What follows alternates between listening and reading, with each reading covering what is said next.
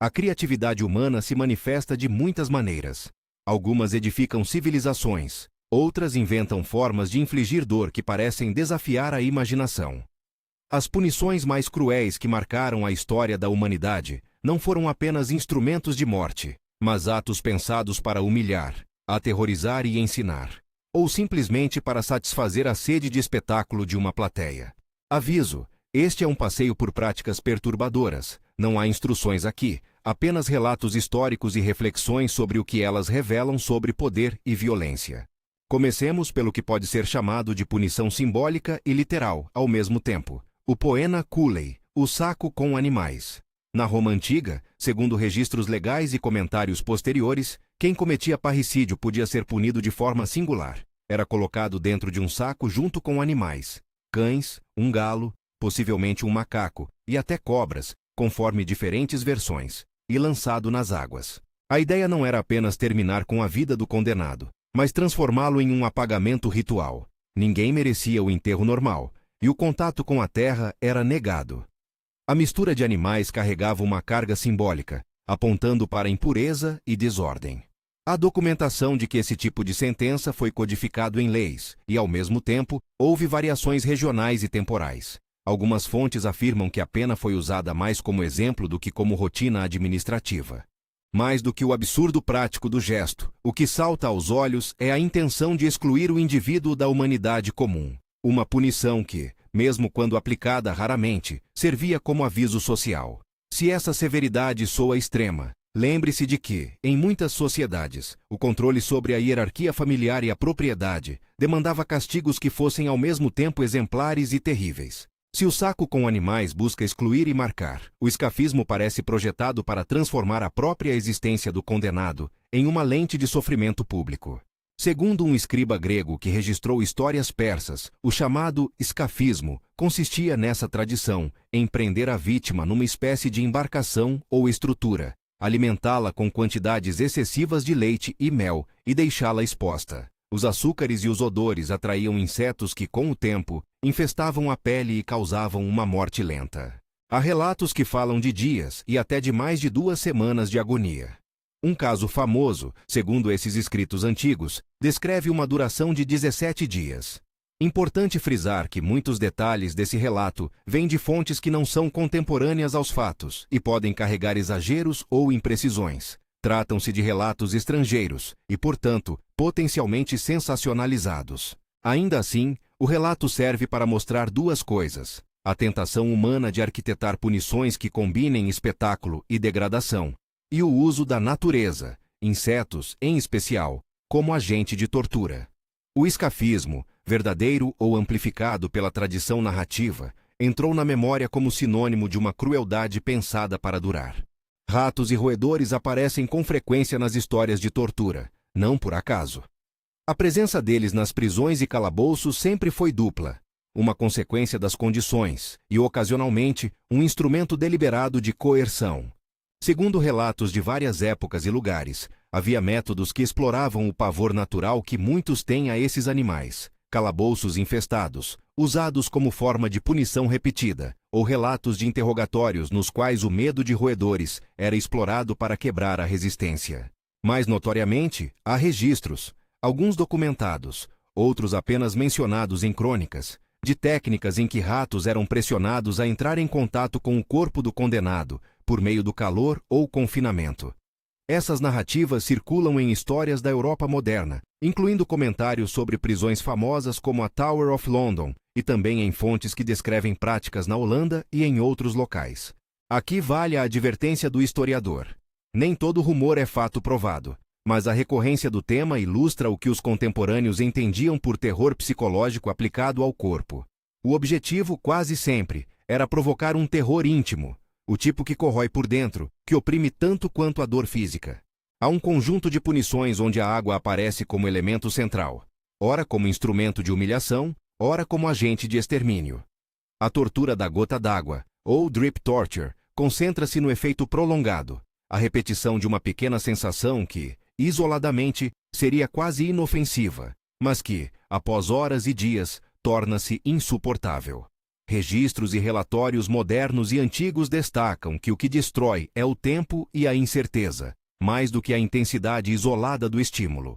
Em outro polo está a fervura viva. A acusação de fervura aparece em códigos medievais e em leis posteriores que tratavam de crimes específicos. Sob alguns monarcas europeus, havia estatutos que mencionavam punições por delitos considerados especialmente graves, e a ideia de cozinhar alguém vivo figura tanto em relatos de execução quanto em narrativas de juízo popular. Em muitos casos, a fervura física é tão horrível quanto ela é simbólica. Transformar o corpo em objeto de um processo culinário equivale, na lógica do executor, a retirar humanidade e reforçar a punição como desonra. Em termos históricos, há que separar leis escritas, procedimentos realmente aplicados e relatos de cronistas que, por vezes, exageraram para chocar. Ainda assim, a presença desse tipo de pena em diferentes momentos revela o ponto extremo a que o uso punitivo do corpo chegou. Se algumas punições visavam sobretudo a morte ou a remoção, outras buscavam humilhação pública e estigma duradouro. O alcatrão e as penas, tar and feather, tornaram-se símbolo de punição extrajudicial e de justiça popular. Utilizado em contextos coloniais, marinhos e em comunidades vigilantes, esse método funcionava menos como execução e mais como marca social. O objetivo era expor, ferir a dignidade e afastar do corpo do condenado a possibilidade de reintegração social. Na América colonial e em outros locais, essa prática se ligava à ideia de castigo público contra traidores, criminosos menores ou figuras detestadas por coletivos. A violência era, assim, performática. Imagine uma pessoa marcada, humilhada e exposta para que todos a reconhecessem. Aqui reside a lição mais profunda. Muitas punições não buscam apenas reparar um dano percebido, mas exercer controle através do escárnio coletivo. O alcatrão e as penas são lembrança de como a justiça popular pode se tornar vingança coletiva, e de como a marca social às vezes pesa mais que a própria pena corporal. As execuções com elefantes e o infame touro de bronze representam, por sua vez, a teatralidade da morte. Em várias cortes asiáticas, desde a Índia até partes do Sudeste, elefantes foram usados em execuções, e como instrumentos de demonstração de autoridade, mandavam derrubar, esmagar, às vezes de forma tão calculada, que o espetáculo se tornava advertência política. Segundo relatos de viajantes e crônicas locais, esses animais eram treinados para seguir comandos que levassem à punição pública, transformando a execução em um evento de poder. Já o touro de bronze, cujo relato aparece em fontes antigas sobre a Sicília, e o tirano, a quem se atribui a criação da máquina, tornou-se uma metáfora literária do sadismo punitivo. Conta-se que um artesão propôs um invento, uma estátua em bronze, oco por dentro, onde o condenado seria colocado, e por mecanismos de calor, sofrer uma morte transformada em espetáculo sonoro e visual para a plateia. Há fontes que nomeiam personagens e locais, mas também há historiadores que alertam. Parte dessa história pode ter sofrido acréscimos dramáticos ao longo da tradição. Seja como for, a ideia de criação técnica para produzir sofrimento público, a engenharia da execução, aponta para outro aspecto sombrio da imaginação punitiva: a de transformar a morte em arte retórica do poder. Dispositivos mecânicos de aflição, como o chamado cavalo de madeira ou o berço de Judas, pertencem a essa família de castigos, onde o instrumento é, ao mesmo tempo, objeto de dor e símbolo de humilhação. Chamado por nomes diferentes em diversas línguas e épocas, o cavalo de madeira foi utilizado em julgamentos militares, vinganças privadas e punições civis. O condenado era colocado sobre uma estrutura pontuda que pressionava a região do corpo, de modo a causar dor prolongada. O berço de Judas, em relatos medievais, tem uma intenção semelhante: estender a agonia de forma a obter confissão, exemplificar autoridade ou atender aos desejos de sofrimento do sistema punitivo. Esses dispositivos, muitas vezes, eram fáceis de usar, difíceis de sustentar em termos humanos e eficazes para quebrar psiquicamente.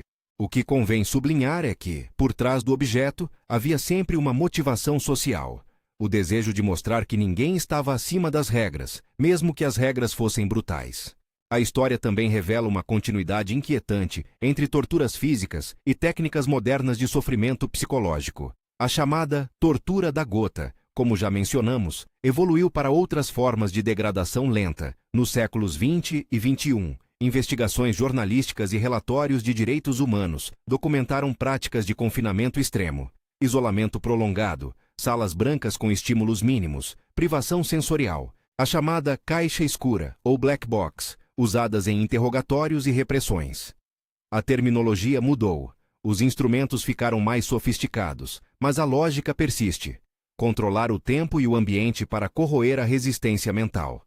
A solitude prolongada, segundo estudos psicológicos e relatos de detentos, pode produzir efeitos que rivalizam com os dos métodos físicos mais brutais. Alucinações, desorganização do pensamento, perda do sentido de identidade.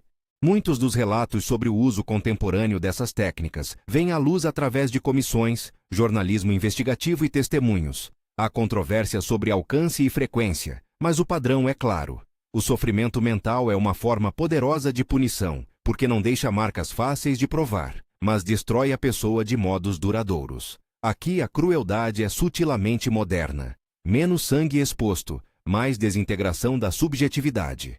Ao lado das penas corporais e das torturas modernizadas, há punições que atacam símbolos e estruturas coletivas. A iconoclastia, por exemplo, foi uma forma de punição política religiosa que destruiu imagens, símbolos e, por extensão, a memória de comunidades inteiras. Em períodos de convulsão, pense na Bizâncio das disputas iconoclastas, segundo fontes bizantinas. A destruição de ícones era acompanhada de expulsões, desmoralização de líderes e, às vezes, punições físicas aos que defendiam a iconografia. A violência, nesse caso, era dupla: destruição material e tentativa de reescrever a narrativa cultural. Punições que se travestiam de purificação religiosa, muitas vezes esconderam lutas pelo poder. Exílio, degradação pública e até mutilações foram justificadas como medidas de restauração moral.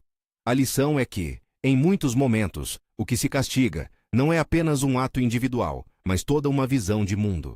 Se, entre todos esses exemplos, tivéssemos de apontar para o ápice do horror punitivo, dois casos se destacam por razões diferentes. O escafismo, por sua conjunção de degradação sensorial e lenta progressão para a desintegração do corpo, e as formas prolongadas de tortura psicológica, como isolamento extremo ou privação sensorial contínua, por sua capacidade de destruir a mente sem deixar uma narrativa física clara. O escafismo é chocante pela crudidade imaginada, transformar o corpo em ímã para insetos e permitir que a natureza faça o resto. A tortura psicológica prolongada é cruel porque viola aquilo que de mais íntimo compõe a pessoa, sua percepção do tempo, da realidade e de si mesma. Em ambos os casos, a intenção não é apenas encerrar uma vida, mas aniquilar a dignidade de um ser humano por um tempo que parece infinito. Ao refletir sobre esse repertório de punições, do saco com animais ao touro de bronze, dos roedores às salas brancas, surge uma pergunta desconfortável: o que essas práticas dizem sobre os sistemas que as produziram? A resposta não é simples, mas há pontos comuns. Primeiro, muitas penas cruéis nascem em contextos de crise de autoridade. Quando o Estado ou grupos querem mandar uma mensagem insofismável, o espetáculo da pena é propaganda do mandato. Segundo, a escassez de limites morais entre justiça e vingança é uma constante. Em inúmeros episódios, a punição ultrapassa a proporcionalidade e se converte em exercício de poder. Terceiro, o estigma social. O desejo de excluir, marcar, desumanizar, aparece como motivador recorrente, às vezes mais presente do que o propósito declarado de reparar um dano. E, por fim, há a persistência de uma curiosa criatividade humana. Nossa capacidade de inventar meios cada vez mais eficazes de fazer sofrer. Não é necessário romantizar nem banalizar essas histórias. Muitas vítimas reais existiram. Muitas famílias foram marcadas por atos que hoje nos parecem inacreditáveis. Há que reconhecer também que algumas narrativas chegaram até nós amplificadas, mitificadas ou mal documentadas. Sempre que o histórico é dúbio, é preciso dizer, segundo registros, ou há relatos de, porque a memória tende a virar mito. Ainda assim, aprender sobre essas punições é útil. Ao entender suas motivações e seus efeitos, nos tornamos mais capazes de criticar sistemas punitivos contemporâneos, que continuam a desrespeitar a dignidade humana, mesmo quando escondem suas práticas sob eufemismos burocráticos. Qual dessas punições você achou mais chocante? A que mais te fez pensar sobre os limites do poder humano? Comente abaixo. Sua opinião ajuda a aprofundar o debate. Se esse tipo de conteúdo histórico te interessa, inscreva-se para mais vídeos que investigam os cantos mais obscuros da nossa história. Para encerrar, olhar para as piores punições já inventadas é desconfortável, mas necessário. Elas nos lembram que a civilização não é um trajeto linear de progresso moral. É um campo de tensões onde o poder, a vingança e o medo frequentemente travam batalhas que deixam marcas duradouras. O desafio para o presente é aprender com essas memórias, reconhecer a dignidade humana como limite inegociável, mesmo quando a tentação de punir com espetáculo é forte. Compartilhe este vídeo com alguém que possa refletir sobre isso e volte para continuar essas conversas.